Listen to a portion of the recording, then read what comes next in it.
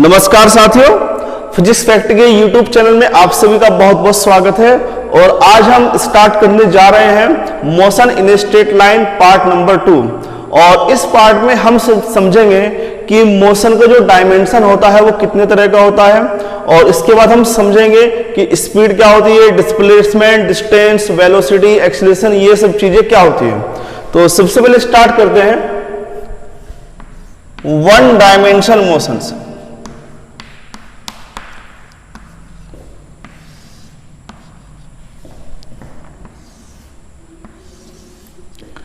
मान लीजिए कोई ऑब्जेक्ट यहां से मूवमेंट स्टार्ट करता है और वो इस स्ट्रेट लाइन पर अपना मोशन को रिप्रेजेंट कर रहा है, इस स्ट्रेट लाइन पर। और पार्टिकल जो है वो किसी समय टी पर पॉइंट पी पर है, और ये इसका डिस्टेंस x1 है या इसका पोजीशन कोऑर्डिनेट x1 है। आफ्टर सम टाइम ये पार्टिकल यहां पर पहुंच गया p डैश पर, और यहां पर पोजीशन कोऑर्डिनेट कितना है x2। अगर ये पार्टिकल इसी स्ट्रेट लाइन को फॉलो करता है तो हमें इस पार्टिकल की पोजीशन को डिस्क्राइब करने के लिए हर बार एक पोजीशन कोऑर्डिनेट की आवश्यकता होगी। तो यहां पर समझने वाली बात यह है कि पार्टिकल इस स्ट्रेट लाइन पर चाहे जहां पर भी हो, इसकी पोजीशन को डिस्क्राइब करने के लिए हमें एक ही कोऑर्डिनेट की आवश्यकता होती है। तो इस तरह की मोशन को बोलते हैं वन डायमेंशन मोशन। तो जब किसी ऑब्जेक्ट की मूवमेंट को रिप्रेजेंट करने के लिए, डिस्क्राइब करने के लिए एक ही पोजीशन कोऑर्डिनेट की आवश्यकता होती है तो उसे क्या कहा जाएगा, वन डायमेंशन मोशन। इसमें एग्जांपल हम ले सकते हैं कि जैसे कोई ऑब्जेक्ट एक स्ट्रेट लाइन पर मूवमेंट कर रहा है तो उस स्ट्रेट लाइन पर पार्टिकल की जो पोजीशन होगी वो एक ही कोऑर्डिनेट से डिस्क्राइब की जा सकती है। तो ये मोशन क्या बन जाती है, वन डायमेंशन मोशन। इसको हम लीनियर मोशन भी कह सकते हैं। दूसरा आता है टू डायमेंशन मोशन।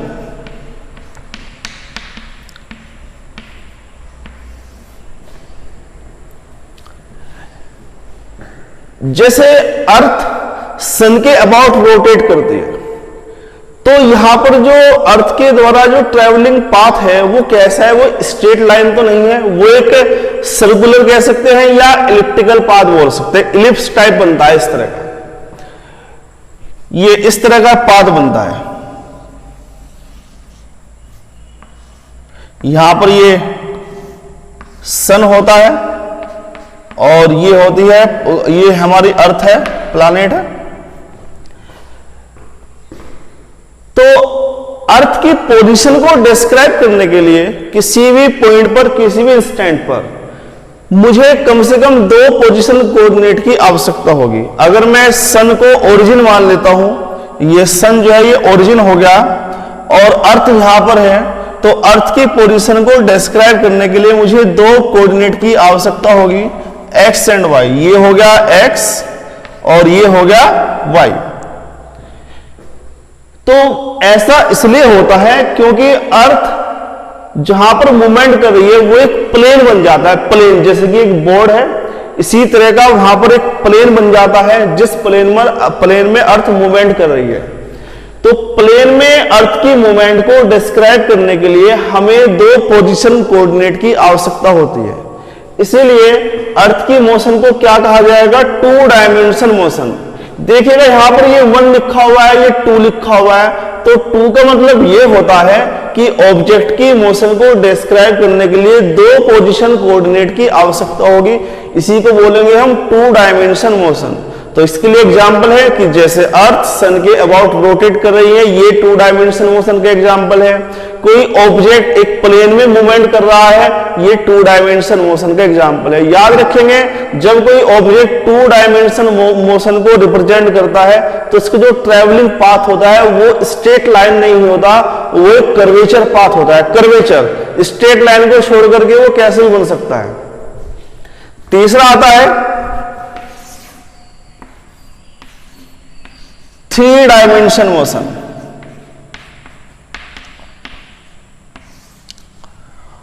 जब किसी ऑब्जेक्ट की मोशन को डिस्क्राइब करने के लिए हमें कम से कम 3 पोजीशन कोऑर्डिनेट की आवश्यकता होती है तो उसे बोलते हैं three dimension motion.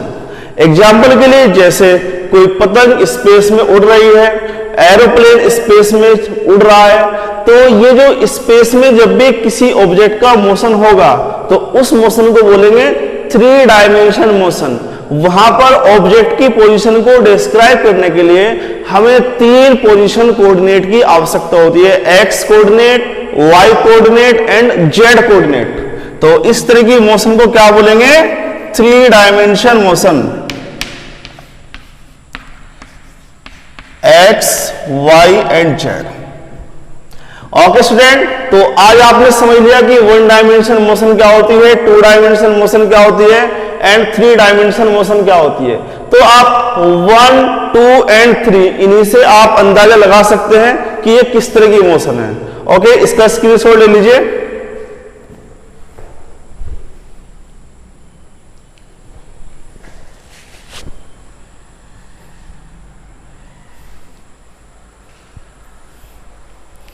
Okay,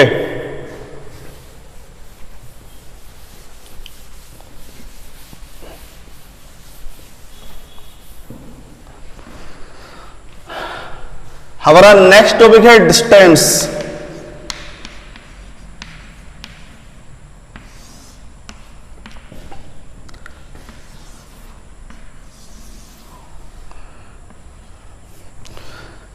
distance क्या होती है? अगर कोई ऑब्जेक्ट मूवमेंट कर रहा है, मोशन कर रहा है, तो वो किसी ना किसी टाइम तक तो मोशन करेगा, जैसे कि 10 मिनट तक या 10 घंटे तक।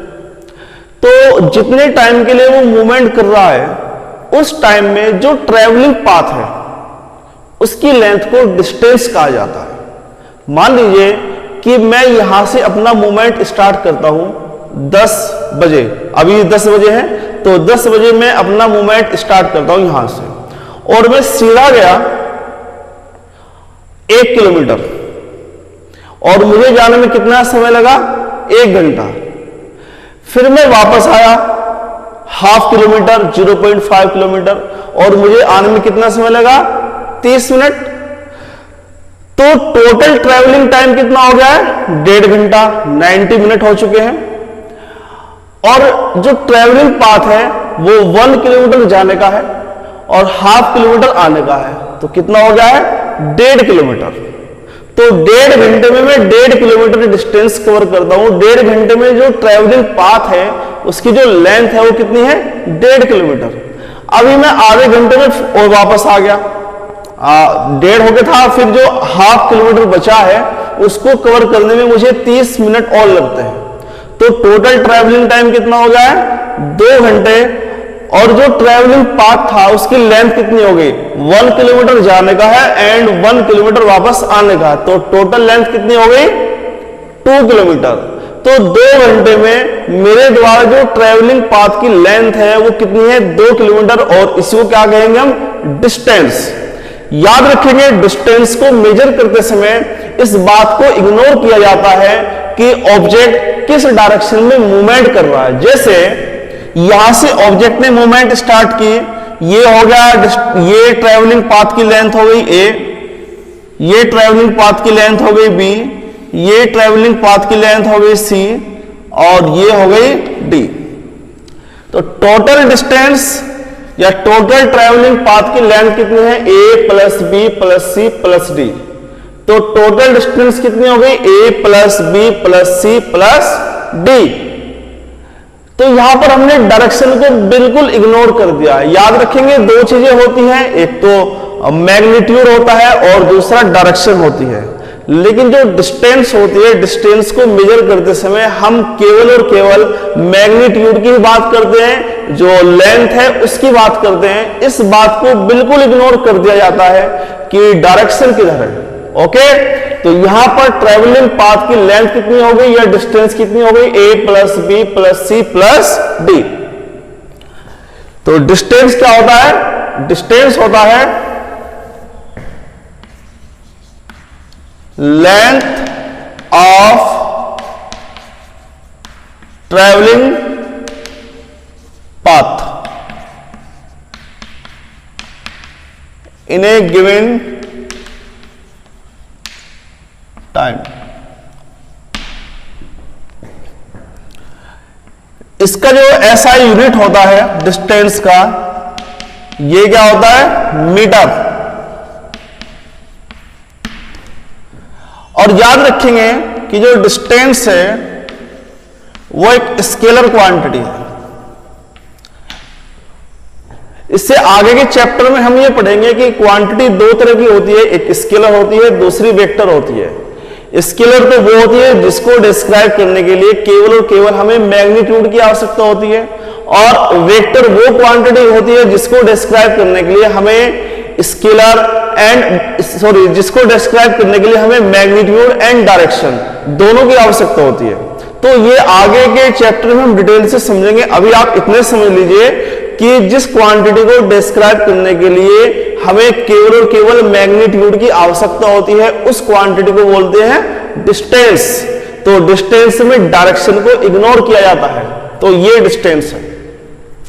इसके बाद आता है नेक्स्ट टॉपिक, डिस्प्लेसमेंट।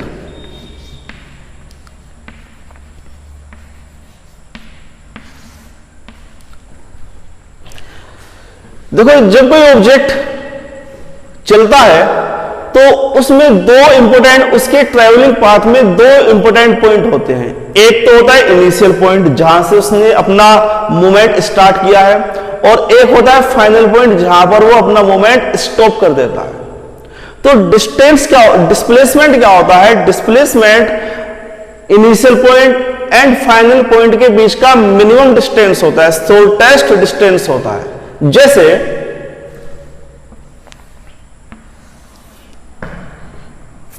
एक ऑब्जेक्ट पॉइंट P से अपना मूवमेंट स्टार्ट करता है और ये इधर गया x1 डिस्टेंस पर, फिर ये ऑब्जेक्ट यहां पर आया x2 पर। तो अगर मैं डिस्टेंस की बात करूं, डिस्टेंस कितना हो गया? x1 plus x2। लेकिन ये इसका इनिशियल पॉइंट है और ये इसका फाइनल पॉइंट है। तो अगर मुझे डिस्प्लेसमेंट निकालना है तो डिस्प्लेसमेंट क्या होगा? Shortest distance between initial and final point. तो यहां से यहां तक की जो शॉर्टेस्ट डिस्टेंस है वो हो गई ये PA। तो इस PA की जो लेंथ होगी उसी को क्या बोलेंगे? डिस्प्लेसमेंट। तो यहां पर डिस्प्लेसमेंट और डिस्टेंस दोनों की वैल्यूज अलग अलग आ रही है। अगर मैं यहां पर डिस्टेंस निकालता हूं तो डिस्टेंस कितना आ गया है? डिस्टेंस आ गया है x1 प्लस x2। और अगर मुझे डिस्प्लेसमेंट निकालना है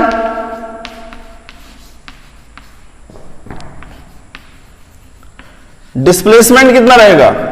डिस्प्लेसमेंट रहेगा PA, और ये कितना रहेगा? Square root x1 square plus x2 square. ये हम पाइथागोरस थ्योरम यूज कर सकते हैं। ये राइट ट्रायंगल बन गया है, ये बेस है, ये परपेंडिकुलर है और ये हाइपोटेनियस। तो इस हाइपोटेनियस की जो लेंथ होगी वही क्या है? डिस्प्लेसमेंट। तो यहां पर ध्यान देने वाली बात यह है कि ऑब्जेक्ट तो एक ही है और एक ही ट्रेवलिंग पाथ है, लेकिन उसी ट्रेवलिंग पाथ उसी ऑब्जेक्ट के लिए एक ही टाइम इंटरवल में जो डिस्टेंस है उसकी वैल्यू अलग आ रही है और जो डिस्प्लेसमेंट है उसकी वैल्यू अलग आ रही है। और ऐसा इसलिए हो रहा है क्योंकि जो डिस्प्लेसमेंट है वो एक वेक्टर क्वांटिटी है। इसको स्टडी करने के लिए, इसको डिस्क्राइब करने के लिए हमें डायरेक्शन, हमें मैग्नीट्यूड के साथ साथ डायरेक्शन की भी आवश्यकता होती है। इसका एक एग्जांपल और लेंगे, ये नोट कर लीजिए।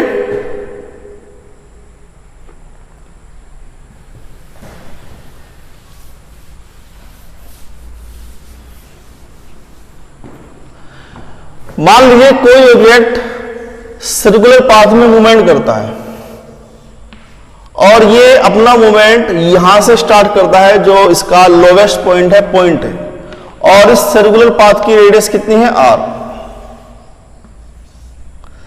पार्टिकल जो है यहां से मूवमेंट किया और वापस यहीं पर आ गया। तो पार्टिकल ने सर्कुलर पाथ पर एक साइकिल कंप्लीट किया। तो एक साइकिल कंप्लीट करने के बाद जो डिस्टेंस है आफ्टर वन साइकिल, 1 साइकिल के बाद डिस्टेंस कितना रहेगा, डिस्टेंस तो हो जाएगा इसका सरकमफ्रेंस 2πr, क्योंकि डिस्टेंस क्या होता है, ट्रेवलिंग पाथ की लेंथ होती है। तो ये जो पाथ इसने फॉलो किया है इसकी लेंथ को निकालना है, तो कितना है इसका सरकमफ्रेंस वो है 2πr। अगर बात करें डिस्प्लेसमेंट की, तो डिस्प्लेसमेंट कितना रहेगा, देखिए इनिशियल पॉइंट भी यही है और फाइनल पॉइंट भी यही है। पार्टिकल यहीं से मूवमेंट स्टार्ट करता है और पार्टिकल यहीं पर आकर रुकता है, तो दोनों के बीच का शॉर्टेस्ट डिस्टेंस कितना है, 0। तो इसलिए डिस्प्लेसमेंट कितना होगा, 0, क्योंकि डिस्प्लेसमेंट क्या होता है, shortest distance between initial and final point. अभी और समझेंगे, पार्टिकल जो है वो यहां से यहां पे गया पॉइंट बी तक, तो जब पार्टिकल इस सर्कुलर पाथ पर पॉइंट ए से पॉइंट बी तक गया, तो अगर निकाले डिस्टेंस, तो डिस्टेंस कितना रहेगा, डिस्टेंस रहेगा जो सर्कमफ्रेंस है उसका हाफ, टोटल कितना है 2πr, तो हाफ कितना रहेगा पाई इंटू आर। और अगर डिस्प्लेसमेंट निकालें,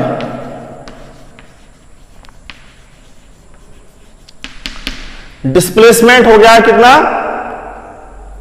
दिस प्लस दिस, ये आर है और ये आर है, दोनों के बीच का शॉर्टेस्ट डिस्टेंस कितना हो गया है 2r, तो ये डिस्प्लेसमेंट हो गया। तो मुझे लगता है कि आपने डिस्प्लेसमेंट को अच्छे से समझ लिया होगा, कि और डिस्टेंस को भी आपने समझ लिया होगा। चलिए इसका स्क्रीनशॉट ले लीजिए। ओके, इसी तरह से अगर पार्टिकल 1/4 साइकिल कंप्लीट करता है ए टू सी, तो ए से सी तक जो डिस्टेंस होगा वो तो इस पाथ की लेंथ होगी, और वो कितना रहेगा πr/2। यहां से लेकर के यहां तक कितना है πr, और इसका हाफ है तो डिस्टेंस हो जाएगा πr/2। लेकिन डिस्प्लेसमेंट कितना रहेगा, डिस्प्लेसमेंट रहेगा AC ये, और इसको निकालना है तो यहां पर हमें हर बात से कि ये राइट ट्रायंगल है, इसमें ये r है और ये भी r है, तो ये कितना हो जाएगा, ये हो जाएगा r√2। ये हम पाइथागोरस थ्योरम से निकाल सकते हैं।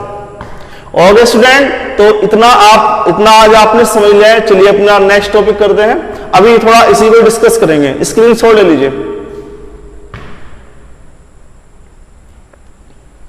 ओके,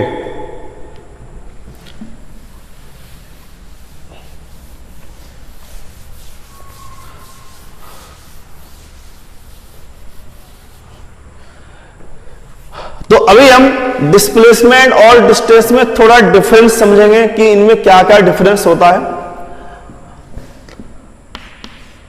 तो difference between distance and displacement.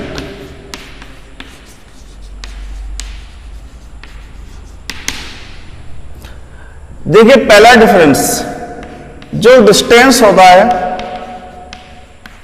वो स्केलर क्वांटिटी होती है, बट जो डिस्प्लेसमेंट होता है वो एक वेक्टर क्वांटिटी है। वेक्टर मीन्स कि इसमें मैग्नीट्यूड भी होता है और इसके साथ साथ इसमें डायरेक्शन भी होती है। डिस्प्लेसमेंट को निकालते समय इस बात का ध्यान रखा जाता है कि पार्टिकल किस डायरेक्शन में मूवमेंट कर रहा है। दूसरा डिफरेंस कि जो डिस्टेंस होता है, अगर कोई ऑब्जेक्ट मूवमेंट कर रहा है तो ट्रेवलिंग पाथ की जो लेंथ होगी वो हमेशा पॉजिटिव ही रहेगी, लेकिन जो डिस्प्लेसमेंट होता है ये पॉजिटिव भी हो सकता है, ये जीरो भी हो सकता है और ये नेगेटिव भी हो सकता है। नेगेटिव कैसे होगा, देखिए ये एक्स एक्सिस है, ये वाई एक्सिस है। पार्टिकल अपना मूवमेंट यहां से स्टार्ट करता है और ये गया कहां तक, ये मान लीजिए 2 सेंटीमीटर की डिस्टेंस है, और इसके बाद पार्टिकल वापस आया और अब पार्टिकल इधर गया, ये पार्टिकल यहां पर गया माइनस ये पॉइंट P है और ये डिस्टेंस कितना है 3 सेंटीमीटर।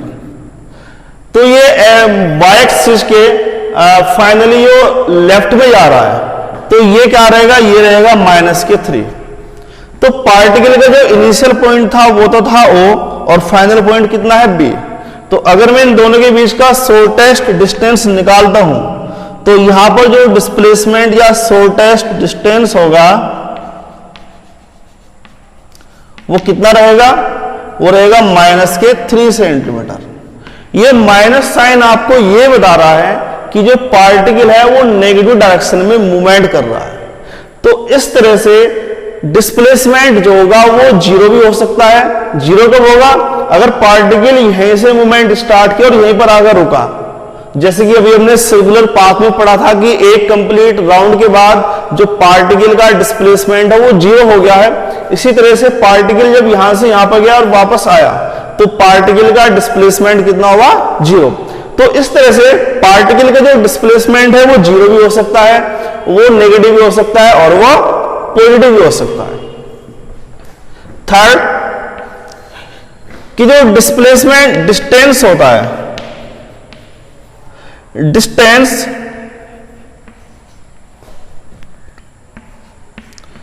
डिस्प्लेसमेंट के इक्वल या हमेशा या उससे बड़ा रहेगा। डिस्प्लेसमेंट अगर एक ही सिचुएशन है, एक ही ऑब्जेक्ट है और एक ही ट्रैवलिंग पाथ है, तो उस सिचुएशन के लिए जो ट्रैवलिंग डिस्टेंस है उसकी वैल्यू या तो डिस्प्लेसमेंट की इक्वल होगी या उससे बड़ी होगी, उससे छोटी कभी नहीं होगी। या ये भी कह सकते हैं कि जो डिस्प्लेसमेंट होता है वो हमेशा वो या तो डिस्टेंस के इक्वल रहेगा या उससे छोटा रहेगा। डिस्प्लेसमेंट कभी भी डिस्टेंस से ज्यादा नहीं हो सकता। तो ये 3-4 डिफरेंस थे जो मैंने आपको बताए हैं, और इनमें कॉमन क्या है, इनमें कॉमन ये है कि ये दोनों ही लेंथ को रिप्रेजेंट करते हैं। एक को मेजर करने के लिए हमें डायरेक्शन की आवश्यकता होती है और दूसरे को मेजर करने के लिए हमें डायरेक्शन की आवश्यकता नहीं होती, लेकिन दोनों ही लेंथ को मेजर करते हैं। दोनों का जो डायमेंशन रहेगा, डायमेंशन दोनों का क्या रहेगा, L। दोनों का जो SI यूनिट होता है वो मीटर ही होता है। ओके, तो यहां तक आपने समझ लिया होगा, ऐसा मैं समझता हूं। तो आप इसका स्क्रीनशॉट ले लीजिए।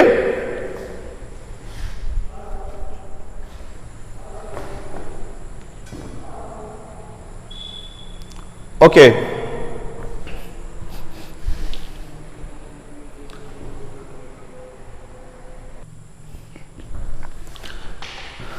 तो चलते अपने नेक्स्ट टॉपिक की ओर, जिसका नाम है स्पीड। तो ये स्पीड है। स्पीड क्या होती है?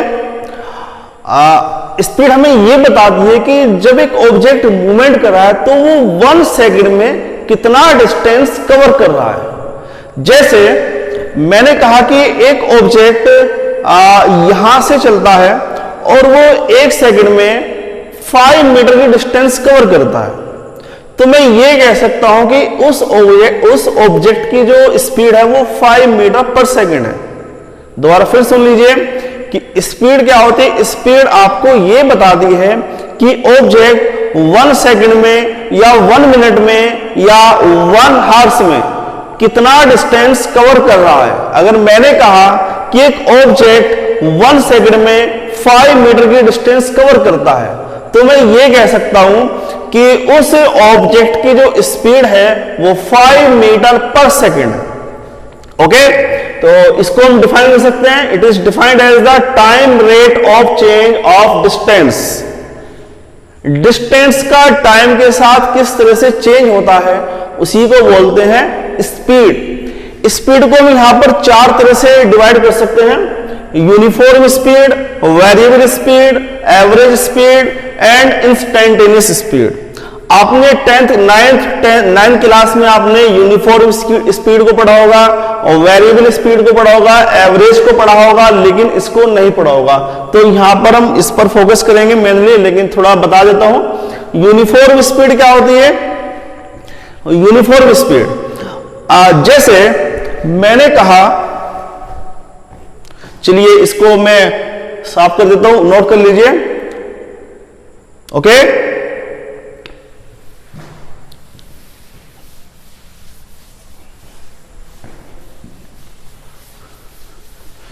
तो सबसे पहले है यूनिफॉर्म स्पीड।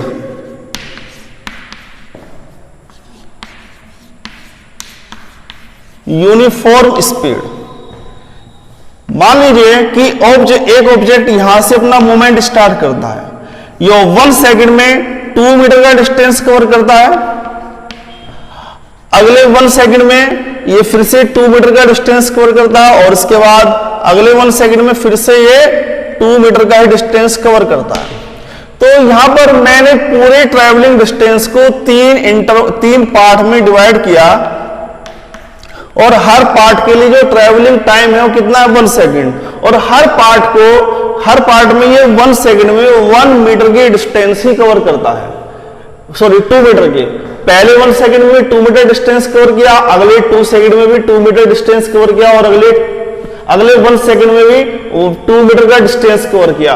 तो ये भी 1 सेकंड है, ये भी 1 सेकंड है, ये भी 1 सेकंड है, तो हर 1 सेकंड के बाद ये 2 मीटर का डिस्टेंस ही कवर करता है। तो इस तरह इस ऑब्जेक्ट की जो स्पीड होती है उसको बोलेंगे यूनिफॉर्म स्पीड, क्योंकि ये इक्वल टाइम इंटरवल में इक्वल डिस्टेंस कवर करता है। तो यूनिफॉर्म स्पीड क्या होती है? जब कोई ऑब्जेक्ट इक्वल टाइम इंटरवल में इक्वल डिस्टेंस कवर करे तो उसकी स्पीड को बोलते हैं यूनिफॉर्म स्पीड। दूसरा आता है वेरिएबल स्पीड, और वेरिएबल स्पीड, अगर ऑब्जेक्ट की स्पीड यूनिफॉर्म नहीं है, यूनिफॉर्म मतलब कि अगर ऑब्जेक्ट पहले 1 सेकंड में तो 2 मीटर का डिस्टेंस कवर कर रहा है, लेकिन अगले 1 सेकंड में ये 4 मीटर का डिस्टेंस कवर कर रहा है, और अगले 1 सेकंड में ये 1 मीटर का डिस्टेंस कवर कर रहा है, तो टाइम इंटरवल तो इक्वल है, लेकिन इक्वल टाइम इंटरवल में इक्वल डिस्टेंस कवर नहीं कर रहा है। तो इस तरह की स्पीड को बोलेंगे वेरिएबल स्पीड। थर्ड आता है average speed. Average speed, average speed क्या होती है? देखें कि मान लीजिए कि एक ऑब्जेक्ट मूवमेंट कर रहा है, उसने यहां से अपना मूवमेंट स्टार्ट किया है, पॉइंट बी पर पहुंचा, ये टाइम t1 में पहुंचा, फिर ये पॉइंट सी पर पहुंचा, ये टाइम t2 में पहुंचा। तो यहां से लेकर के यहां तक का टाइम t1 है, यहां से लेकर के यहां तक का टाइम t2 है, और ये डिस्टेंस कितना है x1, और ये डिस्टेंस कितना है x2। तो ये t1 टाइम है, ये t2 टाइम है, दोनों में अलग अलग डिस्टेंस कवर किया, x1 एंड x2। तो एवरेज स्पीड क्या होगी?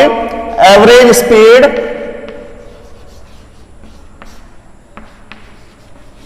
Equal total distance divide by total travelling time. तो जब कोई ऑब्जेक्ट मूवमेंट करता है तो हमें यह नहीं देखना कि इसकी स्पीड यूनिफॉर्म है या वेरिएबल है, हमें यह देखना है कि वो टोटल कितना डिस्टेंस कवर कर रहा है, और उस डिस्टेंस को कवर करने में कितना टाइम उसने यूज किया है। तो उस डिस्टेंस को टोटल ट्रैवलिंग टाइम से डिवाइड कर देते हैं, तो यह बन जाता है एवरेज स्पीड। जैसे आप अपने घर से स्कूल आते हैं और आप साइकिल पर आ रहे हैं, और जब आप घर से स्कूल आ रहे हैं तो घर से स्कूल तक की जो डिस्टेंस है वो कितनी है? 5 किलोमीटर, और आपको आने में कितना टाइम लग रहा है? आपको आने में जो टाइम लग रहा है वो भी मान लीजिए 5 घंटे ही है। तो 5 घंटे में आप 5 किलोमीटर आ रहे हैं, तो टोटल टाइम कितना है? 5 घंटे, और total travelling time, total distance कितना है? 5 किलोमीटर। तो एवरेज स्पीड क्या रहेगी? 5 किलोमीटर को 5 घंटे से डिवाइड कर दीजिए तो कितना आ गया? 1 किलोमीटर पर घंटा, 1 किलोमीटर पर हार्स। तो आप 1 हार्स में, वो 1 घंटे में 1 किलोमीटर का डिस्टेंस कवर करते हैं, तो आपकी जो स्पीड होगी वो होगी 1 किलोमीटर पर हार्स। लेकिन क्या हर समय जब आप अपने घर से, मान लीजिए आप अपने घर से सुबह के 7 बजे चले और आप 12 बजे स्कूल पहुंच रहे हैं, तो क्या हर इंस्टेंट पर, हर समय आपकी स्पीड 1 किलोमीटर पर हार रही होगी? नहीं, कहीं पर स्पीड आपकी हो सकता है कि वो 1.5 किलोमीटर पर हार हो, कहीं पर हो सकता है कि आपकी स्पीड जो है वो 0.5 किलोमीटर पर हार्स हो। लेकिन जो एवरेज, जो ओवरऑल एवरेज हमने निकाला है वो कितना है? वो 1 किलोमीटर पर हार्स। तो इसलिए याद रखेंगे जो एवरेज स्पीड होती है, एवरेज स्पीड को निकालते समय हम टोटल डिस्टेंस को टोटल ट्रैवलिंग टाइम से डिवाइड कर देते हैं। ये एवरेज होती है, हर इंस्टेंट पर इतनी ही हो ऐसा जरूरी नहीं होता। ओके, जब आप 7 बजे चले तो 8:05 पर आपकी स्पीड जो है जरूरी नहीं है कि वो 1 किलोमीटर पर हार्स हो, वो हो सकता है वो 2 हो, 3 भी हो सकती है और वो कम भी हो सकती है, लेकिन टोटल कितना है, टोटल या एवरेज कितना है, 1 किलोमीटर पर हार्स। और इसके बाद आता है हमारा फॉर इंस्टेंटेनियस स्पीड।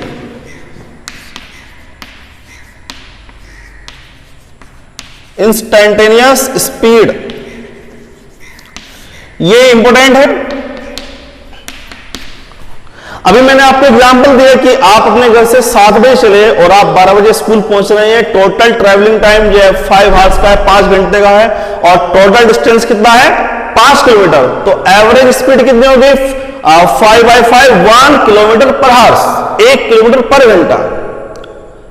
अब क्वेश्चन मेरा एक है आपसे कि जब आप 7 बजे चले तो 8:15 पर आपकी स्पीड कितनी है, 8:15 पर आपकी स्पीड कितनी है, 8:15 50 माइक्रो सेकेंड पर आपकी स्पीड कितनी है।